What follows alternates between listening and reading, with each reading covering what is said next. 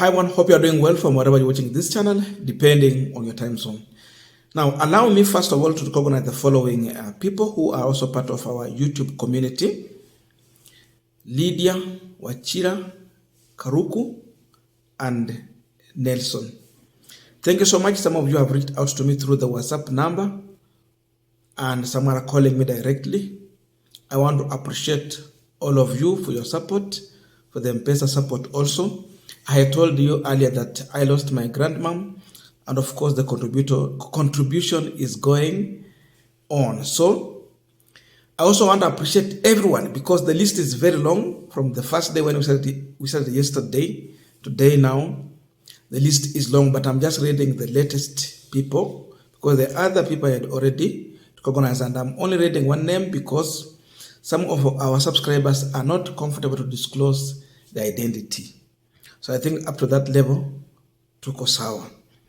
Now let us go to our discussion. Today, being a Monday, the national government has announced that they are going to sell, they have listed 11 parastatals. They're being put up for sale. I think there is difference between privatization and selling. So they are not privatizing, but they are selling 11 parastatals. If you go on that list, some of these parastatals are a key strategic asset to this country. But they have announced that they are going to sell. So I want us to go through the list. Then we are also going to go deeper to analyze the reason why they are doing so. Because I'm seeing the IMF hand here. I'm also seeing some politicians in UDA or Kenya Kwanza who have interest in these assets. We have to question this. But first of all, we go through the list. And before we go deep into that, just a quick request. For those who are watching and you have not yet subscribed, please consider subscribing. To our returning subscribers, I must say thank you so much. And again, to all our viewers, please give this video a thumbs up. Thank you so much, and back to this discussion. Now, number one on the list is Kenya Literature Bureau. Number two on the list is Kenyatta International Convention Center, KICC. The reason why the government is selling the Kenya Literature Bureau and the KICC, they are saying that it is because the law requires this to be under a limited company. Is it worth to sell these properties? And why sell and not privatize? Anyway, let us continue. Number three is the National Oil Corporation. Iko kwa market. Wanauza. And number four is Kenya Seed Company Limited. Inauzwa. Number five, Mwea Rice Mills. Watu wa Mwea. Number six, Western Kenya Rice. Number seven, Kenya Pipeline Company. Number eight, New Kenya Cooperative Creameries. And number 9, Kenya Vehicle Manufacturers Limited. Then number 10, Rivertex East Africa Limited. And number 11, Numerical Machining Complex. These parastatals have been put up for sale. Wanauza completely. I think with this speed, the next government, the next president after Ruto will have hard time to do a recovery of these assets. I think that's what will happen. Because in my view, and what many Kenyans have seen in their own view, they believe that it is better to privatize than selling off. Privatization is good because sometimes parastatals have proved to be a way where individuals in government have used the opportunity to siphon money from the government. You put in money, it goes into people's pocket. Again, politicians comes in. They tell you, we have injected 2 billion in this project. But the money they're leaving the manager of that parastatal with is 1 billion. The other billion inarudi, inakuwa ya kugawana. But we have questions to ask here.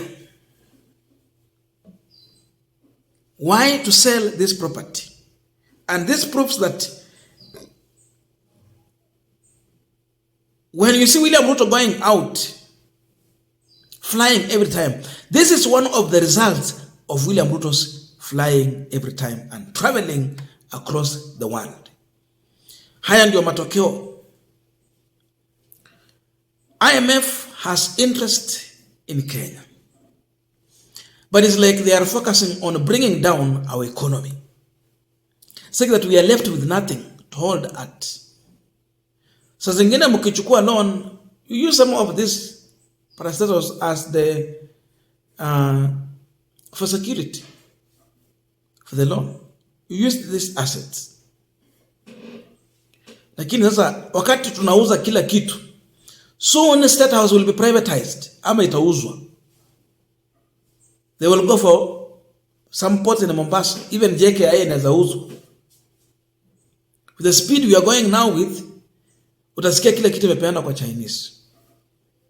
But above all, IMF has interest, and these are some of the issues they are looking into. The other time tuliona wakisema Kenya has qualified for another loan. IMF has approved. World Bank has approved.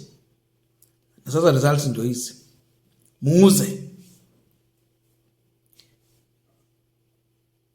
Hata tumeona juzi Ruto akiongelea mambo ya water.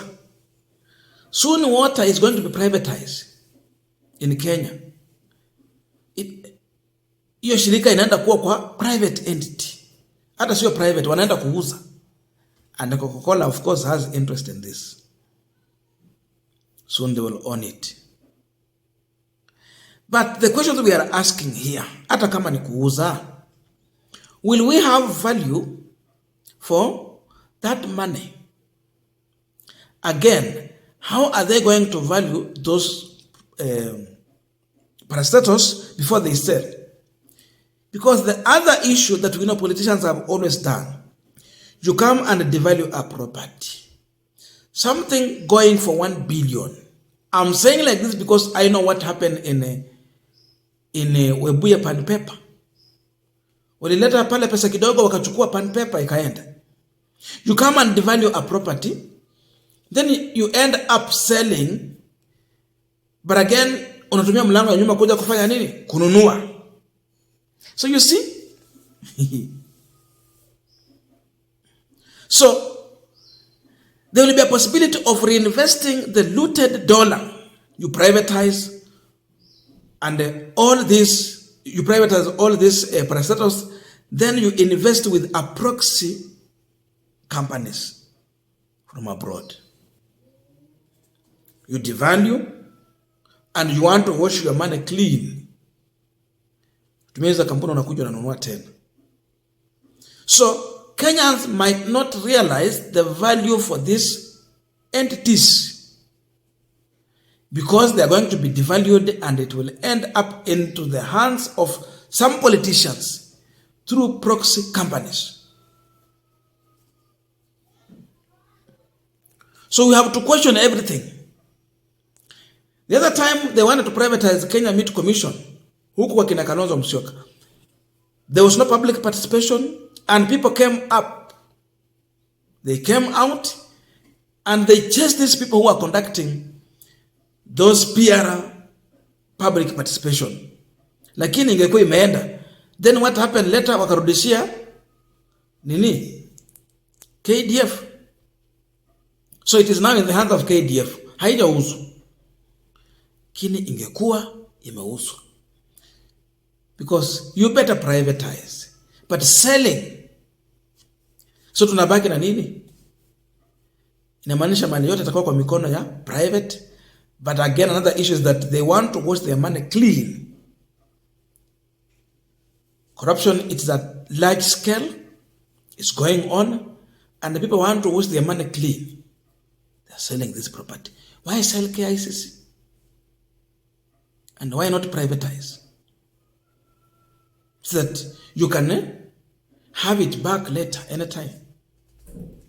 Unaweza lease that property for 50 years, or 30, or 20. And the private company can use it in their business. Lakini wameamua kuuza. Pesa nataka ienda wapi, ifanya kazi gani, na itafaidi wenyeji kwa njia gani? Those are the questions. I don't know your views, but let us submit in the comment section to continue this discussion. Thank you so much and see you in our next video.